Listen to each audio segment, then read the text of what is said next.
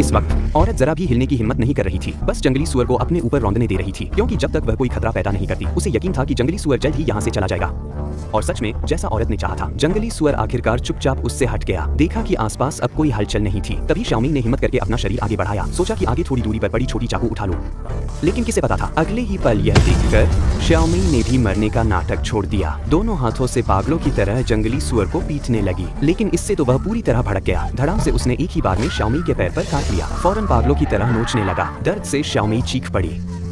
घबराहट में उसने जंगली सुअर के सिर पर जोर से लात मारी, फिर घबराकर पीछे हट गई और पास पड़ी मशाल उठा ली। उसने जंगली सुअर के सिर पर निशाना साधकर जोर से वार किया। लगातार वारों से चिंगारी उसके बालों में गिर गई। जब जंगली सुअर आग से जलकर कुछ और सोचने का मौका ही नहीं पा रहा था, शाओमिंग जल्दी से चुपचाप पीछे हट गई। चाकू लिए इंतजार किया, लेकिन जब तक जंगली सुअर को होश आया तब तक बहुत देर हो चुकी थी। पल भर में उसने सीने में एक वार कर दिया, तब जाकर शाओमिंग किसी तरह बच पाई।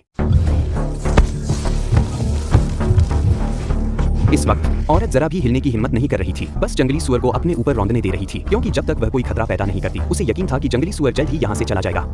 और सच में जैसा औरत ने चाहा था, जंगली सुअर आखिरकार चुपचाप उससे हट गया। देखा कि आसपास अब कोई हलचल नहीं थी, तभी शाओमिंग ने हिम्मत करके अपना शरीर आगे बढ़ाया। सोचा कि आगे थोड़ी दूरी पर पड़ी छोटी चाकू उठा लूं। लेकिन किसे पता था, अगले ही पल यह देखकर शाओमिंग ने भी मरने का नाटक छोड़ दिया। दोनों हाथों से पागलों की तरह जंगली सुअर को पीटने लगी, लेकिन इससे तो वह पूरी तरह भड़क गया। धड़ाम से उसने एक ही बार में शाओमिंग के पैर पर काट लिया। फौरन पागलों की तरह नोचने लगा। दर्द से शाओमिंग चीख पड़ी।